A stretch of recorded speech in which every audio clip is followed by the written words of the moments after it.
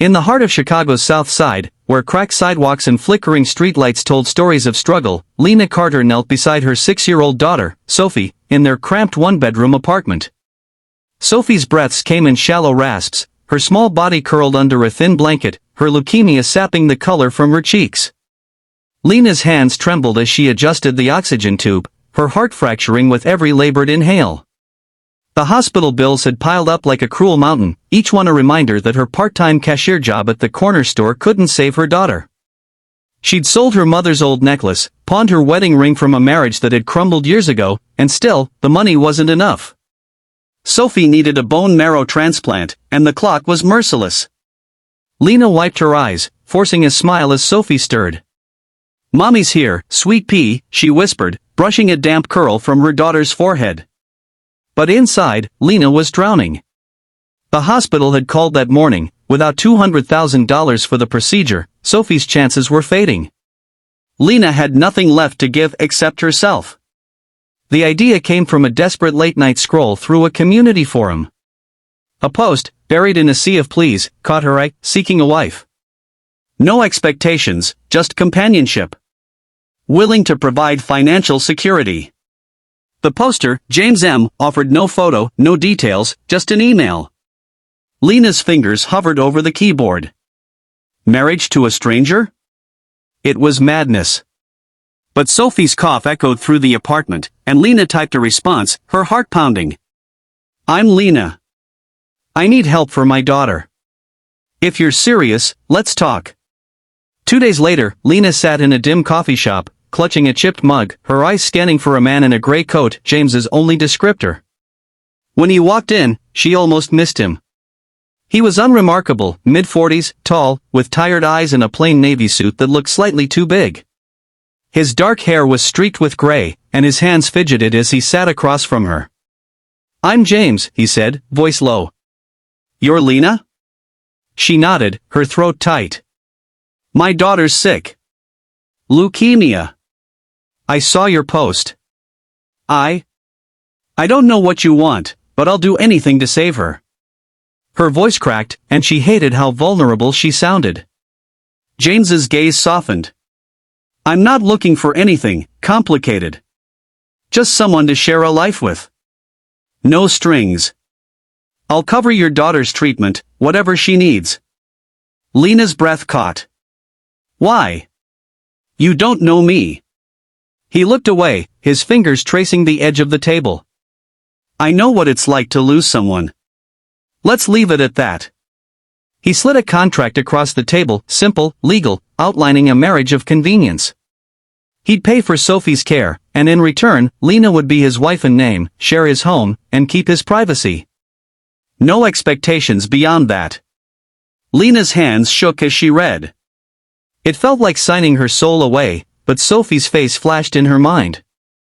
She picked up the pen and signed. The next week, Lena and Sophie moved into James's modest suburban house. It was no mansion, just a tidy two-story with faded curtains and a small backyard. James was quiet, often gone for work, leaving Lena to care for Sophie. True to his word, he paid for everything, the transplant, the medications, the specialists. Sophie's color began to return, her laughter filling the house for the first time in months. Lena watched her daughter play with a donated dollhouse, tears pricking her eyes. This stranger had given her a miracle. But James was a mystery. He ate simple meals, drove a beat-up sedan, and avoided questions about his past. Lena caught glimpses of pain in his eyes, especially when he looked at an old photo on the mantel, a young woman with a bright smile, her face hauntingly familiar. Lena didn't pry. She owed him too much. Months passed, and their life settled into a quiet rhythm. Lena cooked dinners, James read bedtime stories to Sophie, and they sat together in the evenings, sharing small talk. It wasn't love, but it was kind of fragile trust growing between them. Lena began to notice James's quirks, the way he hummed old jazz tunes, how he'd slip extra groceries into the fridge for neighbors in need. He was generous, yet guarded, always deflecting personal questions with a shy smile. One rainy night, as Sophie slept upstairs, Lena found James in the living room, staring at that photo. "Who is she?" Lena asked softly, breaking their unspoken rule. James's shoulders stiffened. My sister, Ellie, he said after a long pause. She died 10 years ago. Cancer. I couldn't save her. His voice was raw, and Lena's heart twisted. She reached out, touching his arm. I'm sorry, she whispered. Is that why you helped us? He nodded, eyes distant. I couldn't help her, but I could help Sophie. And you. Lena's chest tightened. For the first time, she saw him not as a stranger, but as a man carrying his own scars. She squeezed his arm, and he didn't pull away. The turning point came a year later. Sophie was in remission, her laughter a constant in the house. Lena was folding laundry when a knock at the door startled her. A man in a sleek suit stood there, holding a tablet. Is James Maxwell here? He asked. Lena frowned. James Miller, you mean? The man's brow furrowed. No, ma'am. James Maxwell. CEO of Maxwell Enterprises. Lena's stomach dropped. She called for James, who appeared, his face paling as the man spoke. Sir, the board needs you back.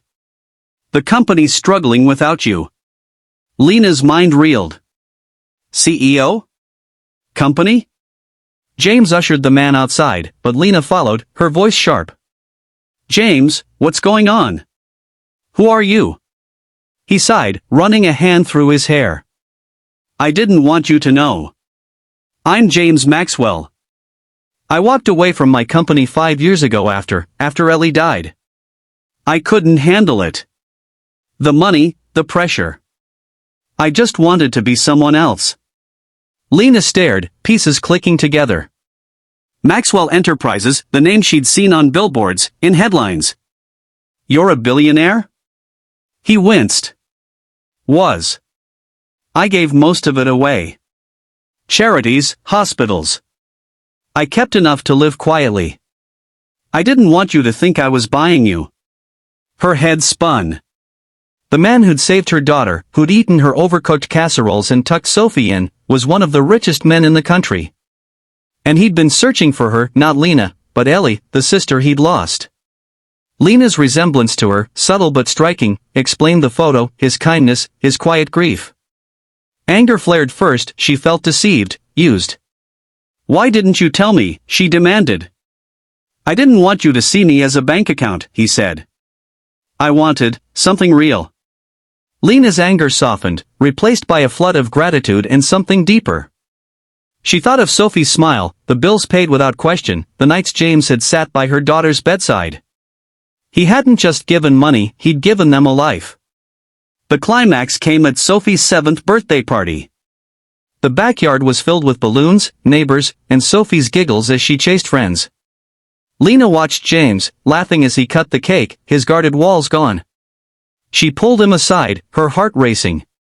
James, I don't care about the money. I care about you. You saved us, not because of who you were, but because of who you are. His eyes searched hers, vulnerable. I've been running from my past for years. But you and Sophie, you gave me a reason to stop. Lena took his hand, her voice steady. Then don't run anymore. Stay. With us. He pulled her close, and for the first time, they embraced, not as strangers bound by a contract, but as two people who'd found each other in the wreckage of their lives. The crowd cheered, mistaking it for a birthday toast, but Lena knew it was more. It was a promise. Years later, Lena and James stood together at a hospital ribbon cutting, a new pediatric wing funded by Maxwell Enterprises, now revitalized under James's reluctant return. Sophie, healthy and vibrant, tugged at Lena's hand, pointing to a plaque, in memory of Ellie Maxwell. Lena squeezed James's hand, their wedding rings glinting. They'd built a life on kindness, on second chances, on the quiet power of humanity to heal what seemed broken. And in Sophie's laughter, in their shared glances, they knew they'd found something richer than any fortune, a family, unexpected, but true.